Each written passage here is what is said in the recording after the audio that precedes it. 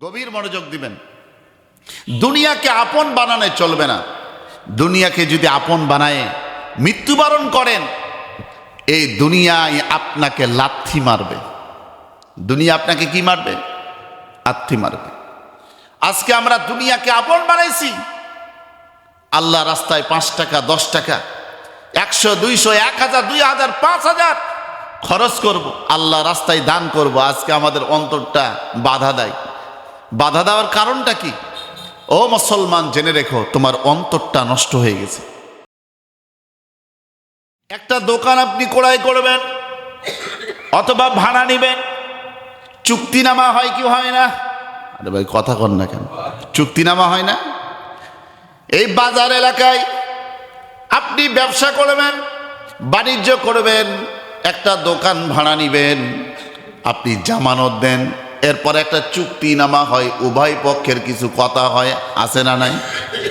আল্লাহ পাক রব্বুল আলামিন তেমনি ভাবে যারা মুমিন মুসলমান প্রত্যেকটা মানুষের সঙ্গে আল্লাহ তাআলা রুহু জগতে সে চুক্তিনামা পূর্ণ করেছেন।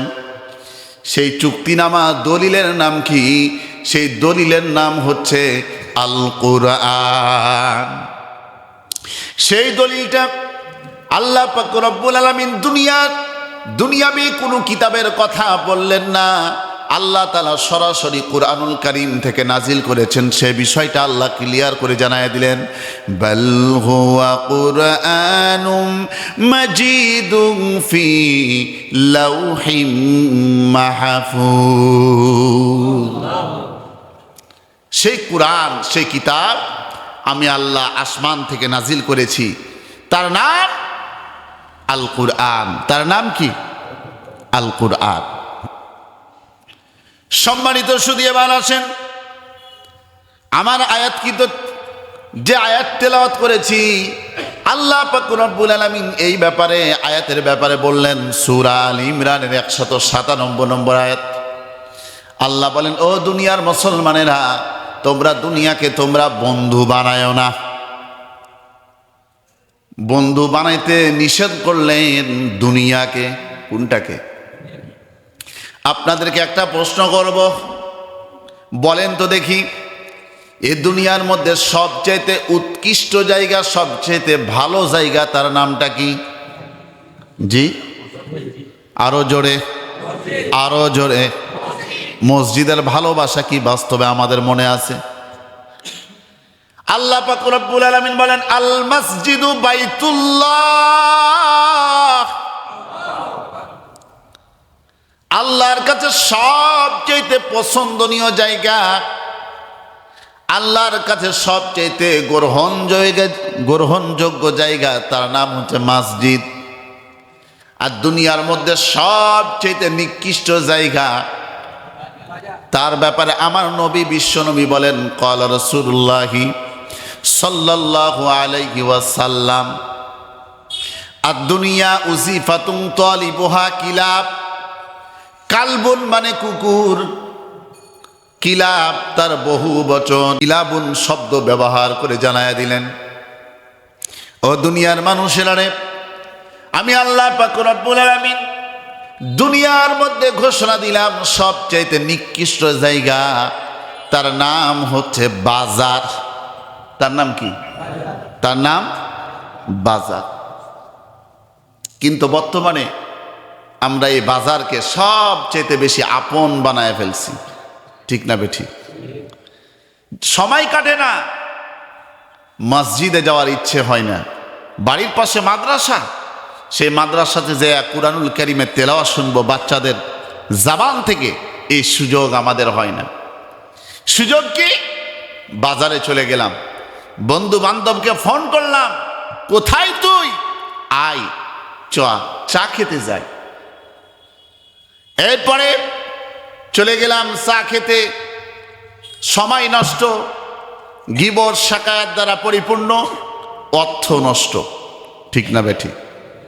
মসজিদে যায় যদি ইবাদত করি, মাদ্রাসাতে যায় যদি কোরআন তেলাওয়াত শ্রবণ করি, বাড়িতে বসে যদি জিকির আজগার করি, বলেন তো দেখি অর্থের ক্ষতি হবে? টাকা পয়সা নষ্ট হবে?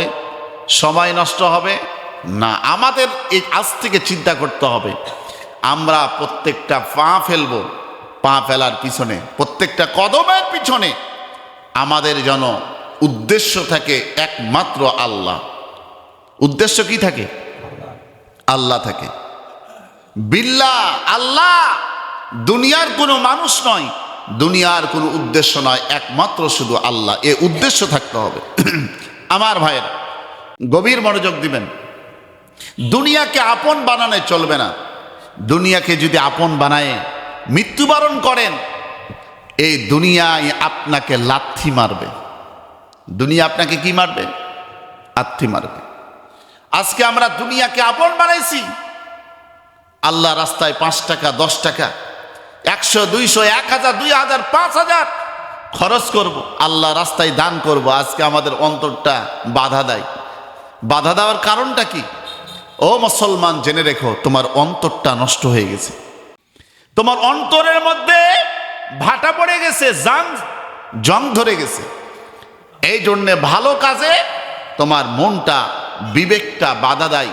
লাহুম কুলুবুল্লাহ ইয়াফকাহুনা বিহা, এই অন্তরের উপর, আপনার এই বিবেকের উপর আল্লাহ সুবহানাহু ওয়া তাআলা বিচার করবেন। সহিহুল বুখারীর মধ্যে 2টা হাদিসই এসেছে।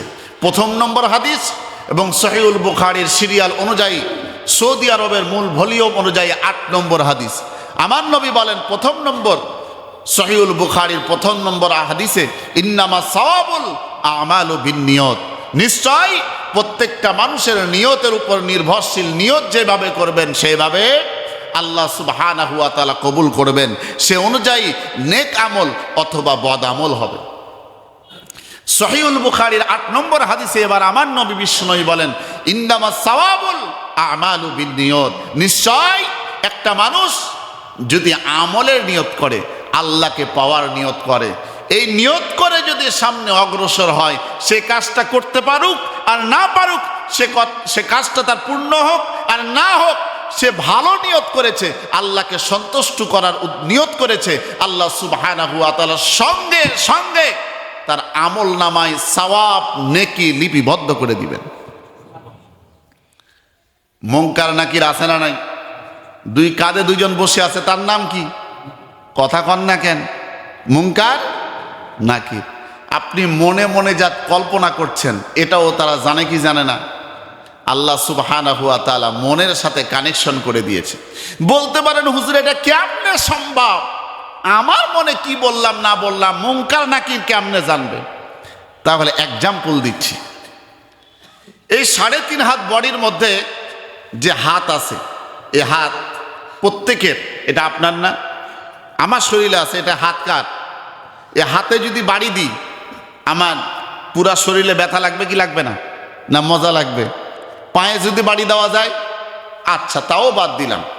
এ হাতের এক কোণাতে দেখেন নখ, এই নখটাকে যদি পেলাস দিয়ে যদি তোলা হয়, কষ্ট কম হবে না বেশি? আরে ভাই, আপনারা কথা বুঝেন না বোধহয়। তাহলে এই নখে পর্যন্ত যদি আঘাত হানা যায়, আঘাত করা যায়, আপনার পুরা বডি জানতে পারে, হ্যাঁ কষ্ট হচ্ছে, কি হচ্ছে। তেমনি ভাবে আল্লাহ সুবহানাহু ওয়া তাআলা যেমনি ভাবে আপনার পুরা বডিটাকে অ্যাডজাস্ট করে দিয়েছেন, মিলায়ে দিয়েছেন, এক আঙ্গুলের নখে আঘাত করলে পুরা বডি জানতে পারে, তেমনি ভাবে আল্লাহ সুবহানাহু ওয়া তাআলা এই ফেরেশতাকেও 2 কাঁধে ফিট করে দিয়েছেন মুনকার নাকিরকে। আপনি অন্তরে অন্তরে কি কি চিন্তা করতেছেন, সব তারা রেকর্ড করে রাখছে। করছেন শুধু তাই নয়, যা বলতেছেন, চিন্তা করতেছেন, গবেষণা করতেছেন, সব এই মুনকার নাকির কি করছে? রেকর্ড করে রাখছে।